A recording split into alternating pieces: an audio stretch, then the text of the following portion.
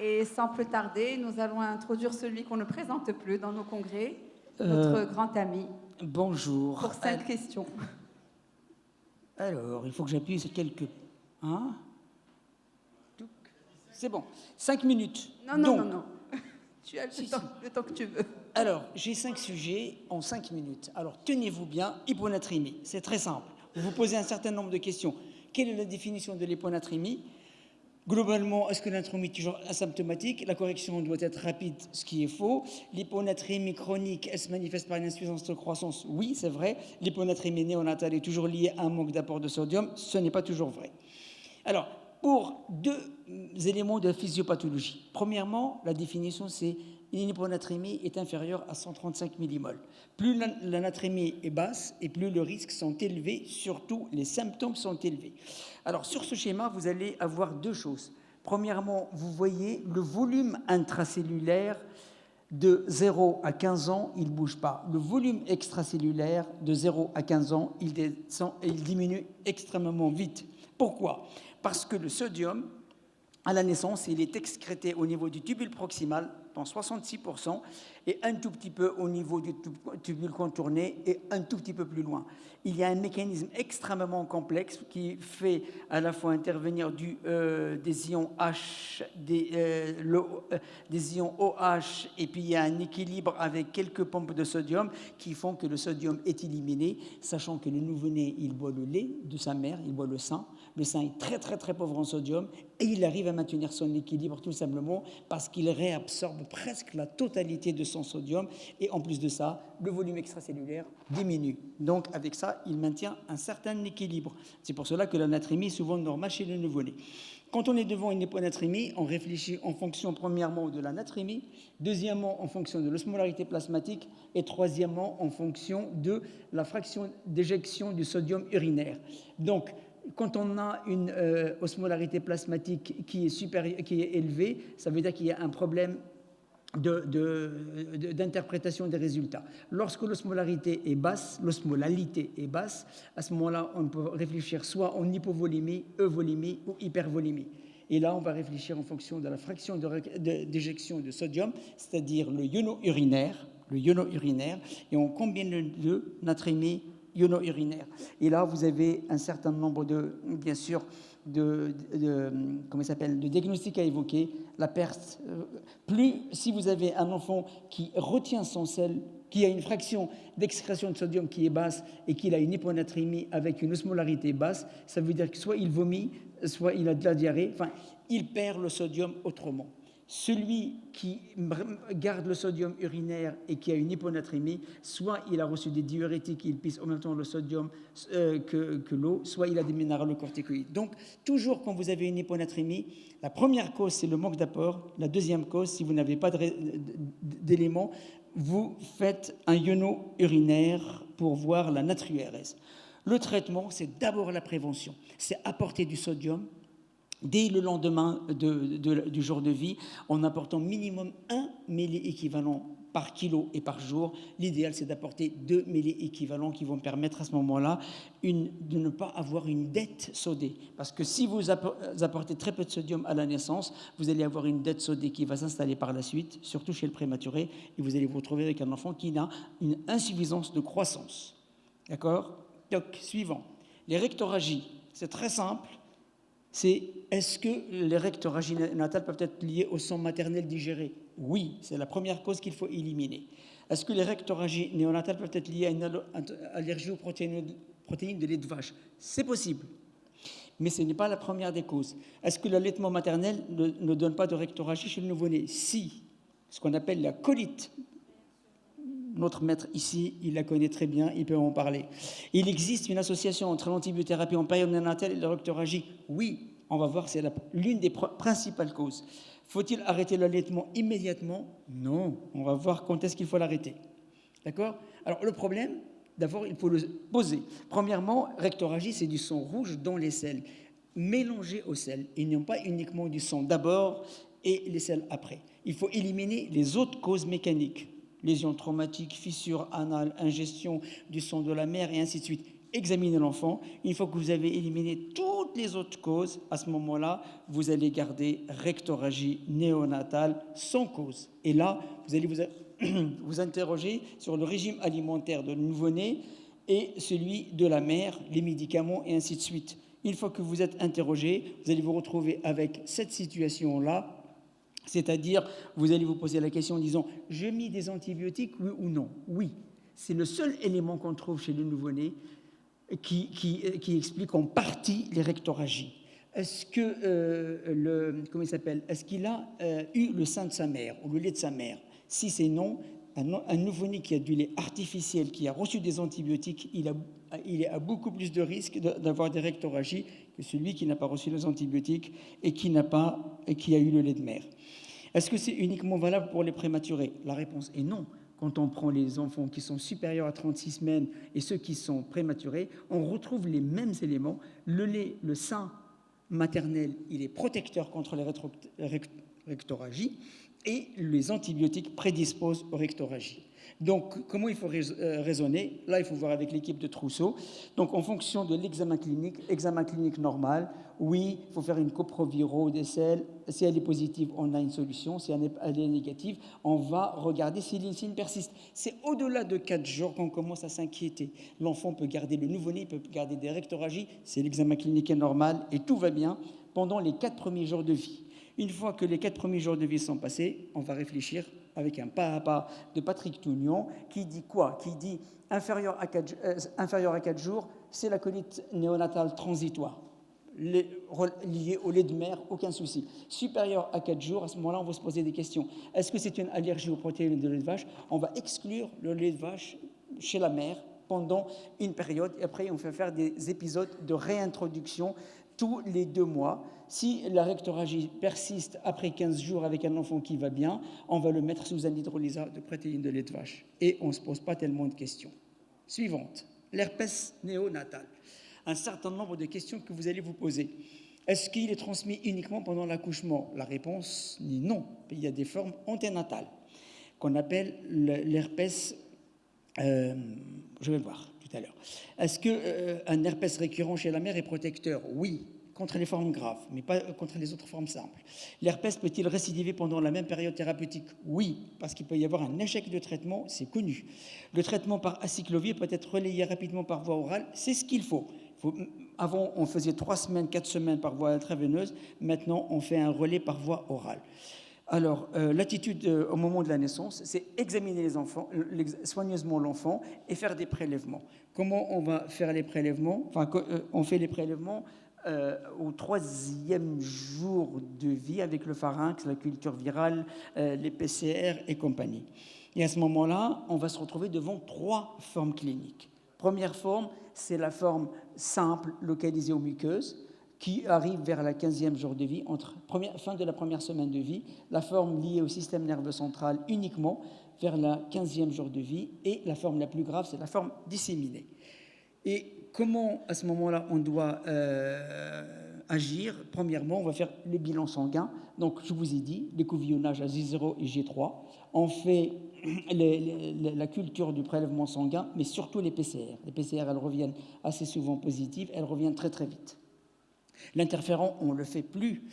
Et on verra également dans les formes qui sont symptomatiques de faire un scanner. D'accord?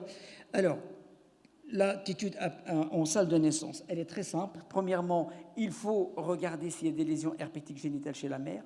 Si la mère a fait des lésions, si la mère a déjà des antécédents d'herpès, ce qu'on appelle des formes récurrentes, on peut autoriser un accouchement par voie basse. Si la mère n'a pas d'antécédents à ce moment-là, il faut essayer d'examiner l'endocole. Si l'endocole est normal, à ce moment-là, on peut laisser l'accouchement par voie basse. Si par contre elle a des lésions génitales avec un endocole qui montre des lésions, à ce moment-là, il faut passer par césarienne. Et là, on va se poser la question, est-ce que c'est une forme récurrente? La mère a déjà fait de l'herpès, le risque est bas. Si la mère, c'est sa première infection, le risque est très élevé. Dans ce cas-là, je commence le traitement immédiatement, une fois les prélèvements faits. Et dans ce cas-là, je vais regarder le bilan virologique. C'est-à-dire, une fois que j'ai récupéré la virologie, de celui pour lequel j'ai fait les prélèvements, la virologie négative, je le fais sortir à domicile avec des consignes au moindre bouton, au moindre fièvre, vous revenez. Celui qui a un bilan positif avec une virologie positive, je complète avec un LCR, avec la PCR sur le LCR, et je vais voir la PCR sur le LCR positive, traitement 21 jours, PCR négative, traitement 14 jours. 14 jours, donc on peut faire 7 jours par acyclovir IV et les 7 autres jours par le valacyclovir, et cette fois-ci c'est 4 fois la dose. L'acyclovir, c'est 20 mg kg toutes les 8 heures, et l'autre, c'est 80 mg toutes les 8 heures par voie orale. Quand il reste 5 minutes, vous me faites signe. Là, on est dans le diabète et grossesse. Donc, gros problème de santé publique. 16% des nouveau-nés naissent dans un contexte d'hyperglycémie maternelle. On distingue globalement 2 types de diabète. Enfin, 3 types de diabète. Le diabète de type 1, le diabète de type 2 et le diabète de type 3. Et on va voir sur un schéma à quoi ça correspond. Quels sont les éléments qui vont me faire une glycémie chez la mère? Premièrement, un certain nombre de facteurs de risque. L'âge maternel, lorsqu'il est supérieur à 30 ans, les BMI de la mère, notion de diabète sucré dans la famille, antécédent de diabète gestationnel. L'élément le plus important qu'il faut faire chez la mère, c'est l'hémoglobine glyquée. Il y a une relation étroite entre le taux d'hémoglobine glyquée et le risque de décompensation de diabète chez le fœtus et le nouveau-né.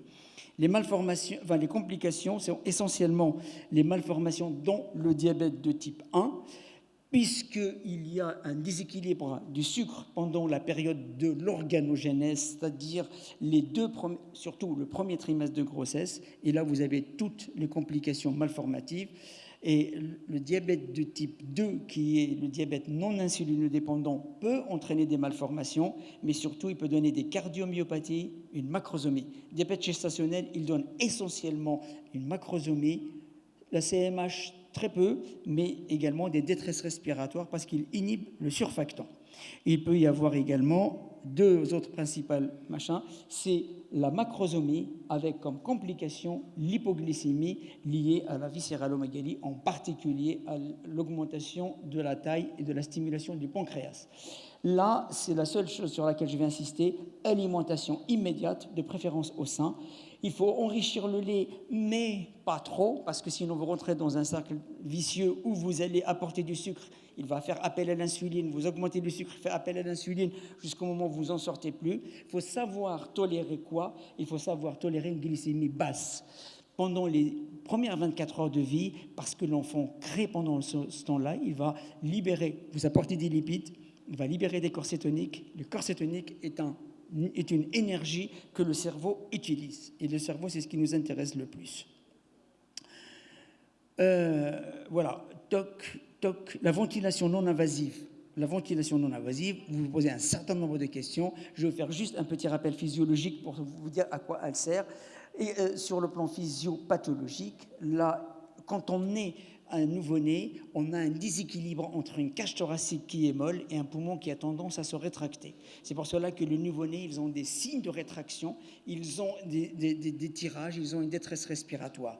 Et c'est cet déséquilibre entre les forces de rétraction et les forces d'ouverture du poumon qui font que l'enfant a besoin d'utiliser un certain nombre de moyen de défense. Premier moyen de défense, c'est qu'il a une capacité résiduelle fonctionnelle qui est particulière, puisque quand il expire, il vide complètement son poumon, contrairement, vous voyez, un adulte, quand il expire, il s'arrête là, il s'arrête à ce qu'on appelle la fin d'expiration, le volume de fin d'expiration. Le nouveau-né, il descend plus bas, c'est-à-dire qu'il vide complètement, ce qui l'oblige à faire un effort supplémentaire. Deuxième chose, quand il va respirer, il va allonger son temps inspiratoire et écourter son temps expiratoire pour maintenir sa CRF. Tout ça fait qu'il va d'abord faire un travail respiratoire qui lui coûte des calories. Donc, quand est-ce qu'on a besoin de VNI? Eh bien, à tous les niveaux. Alors, quels sont les mécanismes d'action de la VNI? Eh bien, elle agit à 2 niveaux. Elle améliore la mécanique respiratoire, puisqu'elle augmente le volume pulmonaire, elle augmente la compliance, elle diminue les résistances. Elle améliore l'oxygénation, puisqu'il y a un effet avec ces éléments-là, ce qu'on appelle un effet de recrutement. Donc, en recrutant le maximum d'alvéoles au niveau de nombre et au niveau de la taille, on va diminuer le collapsus alvéolaire et la surface d'échange va être augmentée et l'enfant s'oxygène mieux. Il améliore également la synchronisation thoraco-abdominale capitale. Il faut choisir le bon interface. Le bon interface, c'est celui qui est le plus court possible pour diminuer le temps mort le plus possible. Et ces interfaces, c'est essentiellement ce qu'on appelle les prongs, les canules courtes ou le masque, ou bien les petites lunettes nasales. Les moyens utilisés, vous les connaissez mieux que moi. Je vais parler un petit peu du haut débit humidifié que vous utilisez de plus en plus pour vous dire que ça exerce une activité de PPC lui aussi parce qu'il est moins traumatique que la vraie PPC parce que l'interface est meilleure et plus souple et il donne moins de lésions de substances blanches, de substances nasales, en particulier la columelle qu'on voit dans 26% des cas avec la CPAP, par exemple l'Optiflow, enfin l'Infant Flow. Et les lunettes à haut débit humidifiées, elles ont actuellement, le mécanisme n'est pas connu, mais elles génèrent une PEP en plus de l'oxygénation. Et la PEP, elle varie entre 2 et 6 cm d'eau. En pratique, il faut améliorer la fixation. Il faut juste choisir le bon niveau de PEP. C'est lui qui permet à l'enfant de respirer moins vite. Vous regardez la fréquence respiratoire, vous avez une diminution de la fréquence respiratoire, vous avez atteint la bonne PEP, elle peut être à 4 ou 5 ou 6 cm de peu importe. La même chose, il faut également regarder quelles sont les conditions optimales d'utiliser un ventilateur, c'est-à-dire un temps inspiratoire, une pression, et ces éléments-là, ce sont des éléments qui sont les critères du succès. Quels sont les critères d'échec ? Eh bien, un enfant pour lequel vous avez la PaCO2, le gaz carbonique augmente, la FiO2 augmente, ça veut dire qu'il est moins oxygéné et il débarrasse moins de son gaz carbonique. Ça, c'est le diagnostic, comment il est posé. Les causes, c'est soit l'interface qui n'est pas adaptée, soit la machine qui n'est pas adaptée. Et un nouveau-né qui a un échec de PPC, il faut changer de modèle de PPC, ou en tous les cas, changer les paramètres de ventilation. Est-ce que la PPC peut donner un pneumothorax ? Oui, ça existe quand il y a une inadéquation entre la PEP que vous donnez et les besoins du nouveau-né. C'est pour cela qu'il faut toujours regarder un nouveau-né respirer quand vous mettez une PEP. Et c'est comme ça, c'est la clinique qui vous permet... Est-ce que la PEP, est-ce qu'elle diminue l'échec Est-ce que la PEP diminue les indications de l'intubation en salle de naissance ? La réponse est oui. Quand vous prenez ici, par exemple, des nouveau-nés entre 26 et 28 semaines et ceux qui sont à 29-32 semaines, tout cela, ils ont besoin d'intubation. Mais quand vous prenez l'inverse, par exemple, ceux qui n'ont pas besoin d'intubation, vous voyez, vous avez un certain nombre d'enfants qui vont super bien, vous allez éviter, donc il n'y a que... Vous voyez, vous allez diminuer considérablement au fur et à mesure que l'enfant est petit, vous allez diminuer considérablement l'enfant qui n'ont pas, le pourcentage d'enfants qui n'ont pas besoin d'intubation en salle de naissance. Quand les late prétermes 33-34 semaines, là c'est considérable, il n'y a pratiquement plus de place à l'intubation. Je vous remercie et je peux répondre à quelques questions.